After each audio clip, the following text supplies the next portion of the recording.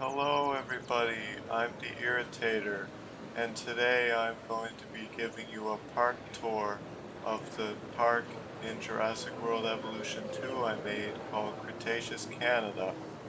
So I called the park that name because it features dinosaurs from the Cretaceous period that lived in Canada. So let's go see what this park has to offer. So we just went past all our shops there. We got our ranger station, a nice DNA sculpture in the middle of the employees area with the staff center, science center, research center, expedition center. So let's speed up a little bit and goes to our first dinosaur exhibit. In our first enclosure, we have two Albertosaurus.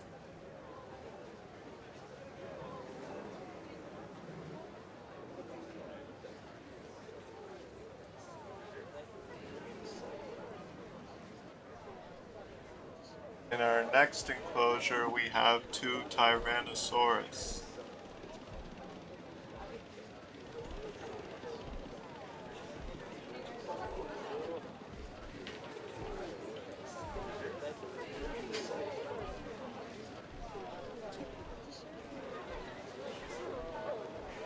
Apex predator from North America, named because of the iconic raised neural spines you can see running from its neck down to its tail.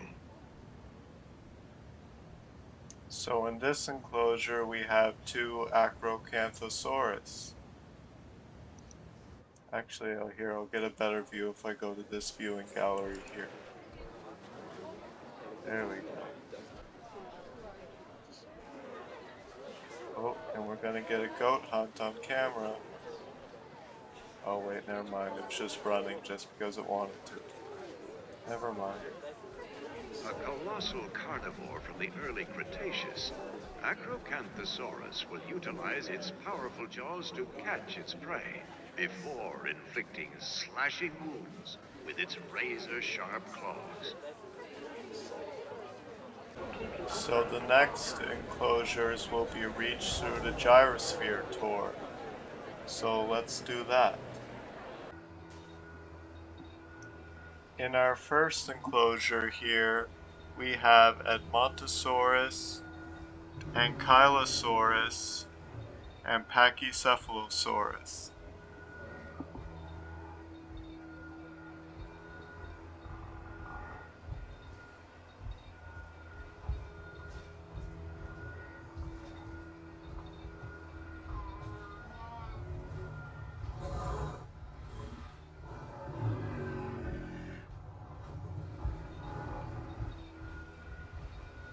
Pachycephalosaurus, the thick-headed lizard from Cretaceous North America, is a bipedal herbivore best known for the remarkable 25-centimeter deep dome that grows on top of its head.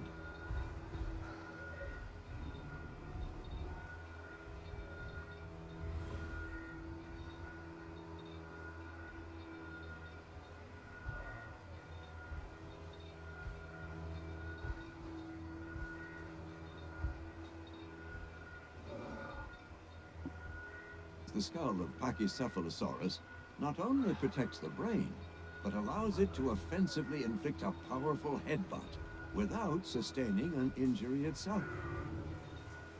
In this enclosure, we have Triceratops, Struthiomimus, and Stygimoloch, which I'm sure, as a lot of you know now, Stygimoloch is considered to just be a subadult Pachycephalosaurus, so it's technically invalid now.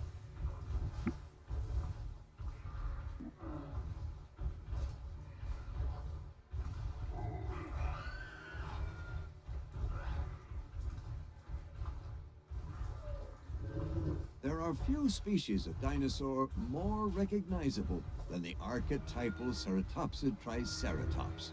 Depictions of this horned herbivore squaring off against its fierce rival Tyrannosaurus rex have captured the imaginations of adults and children alike for many a decade.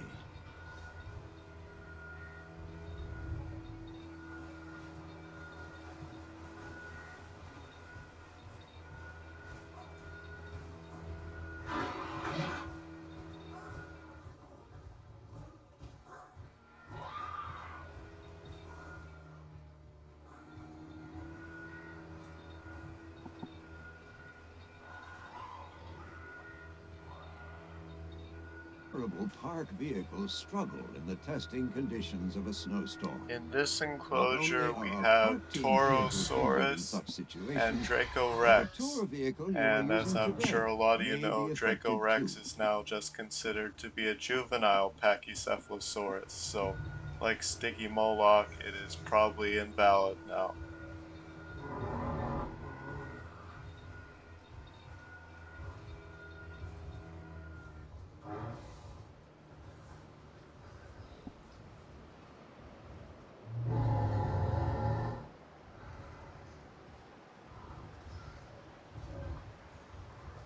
Dracorex shares many appearance traits with other Pachycephalosaurs, including the protruding spikes on the top of its head, synonymous with Sticky Moloch, and a flat dome, similar to that of Homalocephali.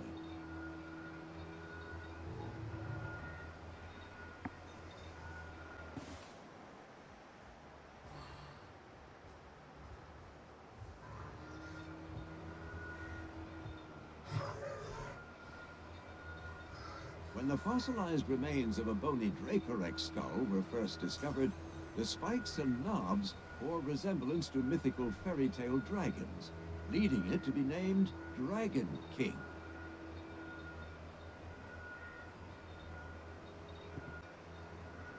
In this enclosure, we have Euoplocephalus and Chasmosaurus.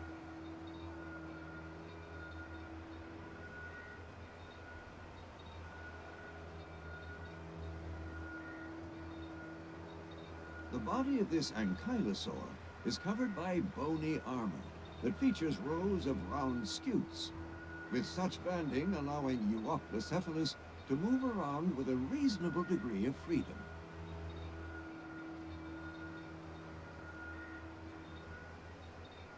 Yeah, so this enclosure is fairly big, so they're not showing up right. Oh wait, there's a Chasmosaurus right there. So later on I'll come back and I'll give you a better view of the rest of the dinosaurs in this enclosure, because we only saw one Chasmosaurus. There was two Chasmosaurus and two Euoplocephalus in this enclosure, so I'll come back and give you a better view of them later.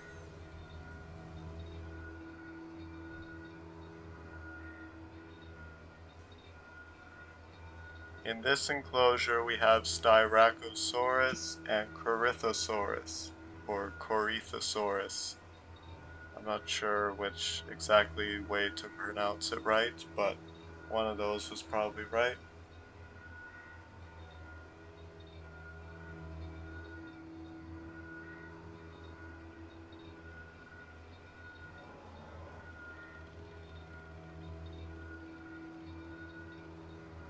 The prominent nasal horn and distinctive frill spikes make the Styracosaurus a very popular species of ceratopsid. However, unlike the Triceratops, adult Styracosaurs do lack large horns on their brow.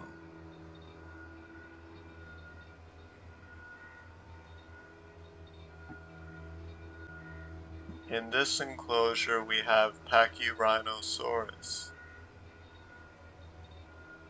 Pachyrhinosaurus is often admired for the bulbous bony boss that sits upon its snout. A pair of parting horns rest atop the herbivore's frill, which also contributes to a highly unique silhouette.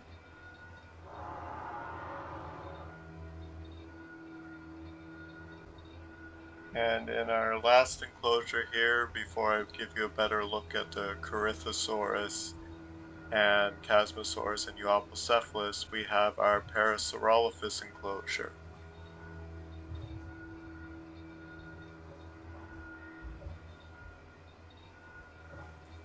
When the fossilized remains of Parasaurolophus were first discovered, it was believed to be a close relative of the hadrosaur species Saurolophus, leading to it being named near-crested lizard.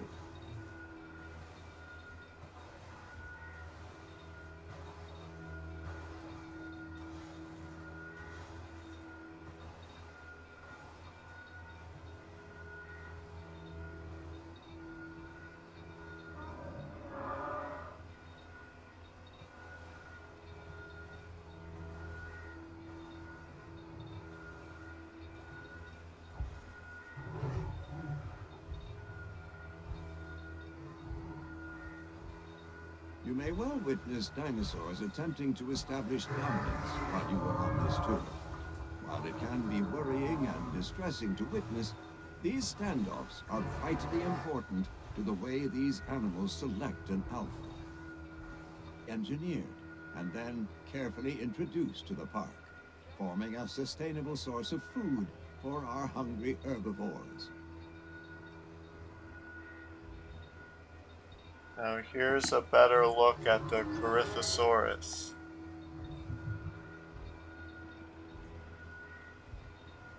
And a better look at Styracosaurus as well.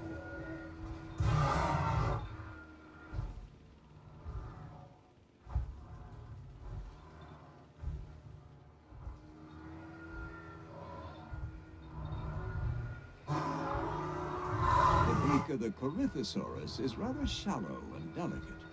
In the late Cretaceous, this herbivore would have been a selective feeder, preferring to eat only the freshest fruits and softest leaves. And Each finally, dinosaur group you see in the park has a socially accepted leader. For here's a some better look species, at this leader is Casmosaurus recognized and as the group's alpha, Euoplocephalus. but it may find itself being challenged regularly to retain its status.